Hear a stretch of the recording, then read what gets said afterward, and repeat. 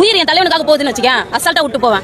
சரி, நான் தனியா செத்தனா யாருக்கும் தெரியாது, இங்க வந்து நான் செத்தனா தெரியும் என் தலைவனுக்காக. என்னப்பா புதுசா கட்சி ஆரம்பிச்சிருக்காங்க, அவங்கள போய் இப்படி தற்கூரி கூட்டம்னு சொல்லி அவங்க மனசை கஷ்டப்படுத்துறீங்களே. அவங்க இப்பதான் வந்திருக்காங்க, இனிமே கத்துக்குருவாங்க அப்படின்னு சொல்றவங்களுக்கு இந்த வீடியோ. அவங்கள ஏன் தற்கூரி கூட்டம்னு சொல்றாங்க அப்படின்றத முழுசா பாருங்க. வேலை எனக்கு முக்கியம், எனக்கு தேவை என் தலைவன். இது நான் கனவுல கூட நினைச்சு பார்க்கல, இவ்வளவு கிட்டத்துல தலைவனை பார்ப்பேன், அவர் குரலை கேட்பேன். எதுக்குன்னு இது ஒரு சின்ன எக்ஸாம்பிள் தான், போக நிறைய வரும். ஆனா அவங்க இனிமே தற்கூரி கூட்டம்னு சொல்லாதீங்க, அதுக்கு பதிலா பனையூர் பண்ணையாரின் கொத்தடிமைகள்னு சொல்லுங்க. எனக்கு வேலை முக்கியம் இல்ல, என் தலைவன் தான் முக்கியம், எனக்கு உயிரே முக்கியம் இல்ல, என் தலைவன் தான் முக்கியம்ன்றவங்க. வேலைக்கு எவன் ஆட்சிக்கு வந்தாலும் வேலைக்கு போனாதான் பொழைக்க முடியும்ன்றத மறந்துட்டு பேசுறவங்க எல்லாம் தற்கூரின்னு சொல்லாம என்ன சொல்லுவாங்க?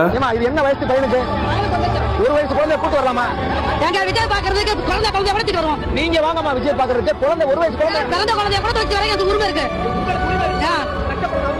நான் கஷ்டப்படாம நான் பார்த்து அழைச்சிட்டு போவேன். எங்க விஜய் நான் பக்கம் எப்படி தாண்டி குடிச்சு என்ன மாதிரியான நிலைமையில போலீஸ்ட தடியடி வாங்கி அந்த இடத்துக்கு போனாங்க புதுச்சேரியிலன்றத நிறைய நியூஸ்ல நீங்க பாத்துருக்கீங்க. அது மட்டும் இல்லாம தமிழ்நாட்டுல ஆல்ரெடி ஒரு 41 பேர் இறந்து போயிருக்காங்க. அப்படி ஒரு சம்பவத்தையும் நம்ம பார்த்திருக்கோம். அப்படி இருக்கிறப்ப ஒரு வயசு குழந்தையை தூக்கிட்டு போது இந்த தற்கொலை. உன் உயிருக்கு ரிஸ்க் எடுக்கிறதுக்கு உனக்கு எல்லா ரைட்ஸும் இருக்கு, அந்த பிள்ளையோட உயிருக்கு ரிஸ்க் எடுக்கிறதுக்கு உனக்கு என்ன ரைட்ஸ்மா இருக்கு? நீயே பெற்றிருந்தாலும் அந்த ரைட்ஸ் உனக்கு இல்ல. அந்த ஒரு வயசு பிள்ளைக்கு அங்க எங்க போறோம் எதுக்கு போறோம்னே தெரியாது. இப்படி எல்லாம் போய் இவங்க யாரை பார்க்க போறாங்க, யாரோட ஸ்பீச்சை பார்க்க போறாங்க அப்படின்னு பார்த்தோம்னா அவர் என்ன பேசுறாருன்னு கேளுங்க. டூரிஸ்ட் பிளேஸ் ஆன புதுச்சேரியில போதுமான அளவு பார்க்கிங் வசதி இல்ல, போதுமான அளவு கழிப்பறை வசதி இல்ல.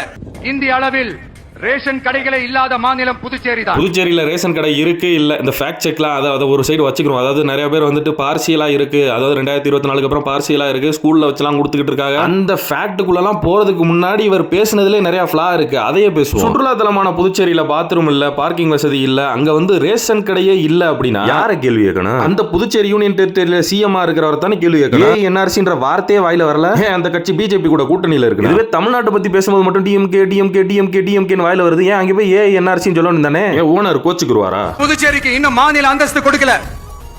மாநில அந்தஸ்து வேணும்னு கேட்டு பல முறை சட்டசபையில தீர்மானம். அதுக்கு யாரை கேட்கணும்? இப்ப யூனியன் கவர்மெண்டா ஆட்சியில இருக்க பிஜேபியை கேட்கணும், அதோட கூட்டணியில இருக்கிற ஏஎன்ஆர்சியை கேட்கணும். ஏன் அவங்க கொடுக்கல, ஏன் இவங்க முயற்சி எடுக்கல? அதையும் வாய திறக்கல. அதுல ஃபன் ஃபேக்ட் என்னன்னா, சொன்னார்ல இந்த சட்டசபையில தீர்மானம் ஏற்றியும் கொடுக்கல இந்த பாண்டிச்சேரிக்கு தனி மாநிலம்னு. அந்த தீர்மானம் ஏற்றினதுல முக்காவாசி எம்எல்ஏக்கள் திமுக எம்எல்ஏக்கள் தான். அதை பத்தி வாய திறந்திருக்கணும் தானே? அது எப்படி நாங்க திறப்போம்? ஓனர் கோச்சுக்கு வரல. இதுல இன்னொரு பச்சையான கேவலமான ஒரு ஸ்டேட்மெண்ட். பாண்டிச்சேரி போலீஸை பார்த்து தமிழ்நாடு போலீஸ் கத்துக்கணும். அது கேவலமான ஸ்டேட்மெண்ட், தப்பா சொல்லிட்டேன். உண்மை அதுதான், உண்மையிலே கத்துக்கிறோம். பாண்டிச்சேரி போலீஸ் மாதிரி ஸ்ட்ரிக்ட்டா உங்களுக்கு ரோட்ஸ் எல்லாம் கொடுக்க முடியாது, வேணும்னா ஒரு இடம் தரோம், QR கோட் டோக்கன் வச்சுக்க, 5000 பேருக்கு மேல அலோவ் பண்ண முடியாது அப்படின்னு ஸ்ட்ரிக்ட்டா சொல்லி 1000 பேருக்கு மேல உள்ள வரணும்னு நினைச்சவங்க லத்தியாலே குண்டிலே பழுக்க அடிச்சு ஓட விட்டு துரத்தி விட்டாங்களா? அந்த மாதிரி பண்ணியிருந்தா தமிழ்நாடு போலீஸ் கரெக்டா இருந்தது, உயிர் பலியும் ஆயிருந்திருக்காது. பேசுறதுக்கு அலோவ் பண்ணியல்ல, அதே ஒரு பேசுறாரு. இப்போ இவங்களை போட்டு பொழந்துட்டே இல்ல, நான் டிஎம்கே கொத்தடிமைன்னு வந்துட்டாங்க. டேய், நீங்க தாண்டா பனையூர் பண்ணையோட கொத்தடிமைகள். அதுக்கு முன்னாடி உங்க அண்ணனே நான் டிஎம்கேவோட கொத்தடிமைனா உங்க அண்ணன் பிஜேபியோட கொத்தடிமை தாண்டா.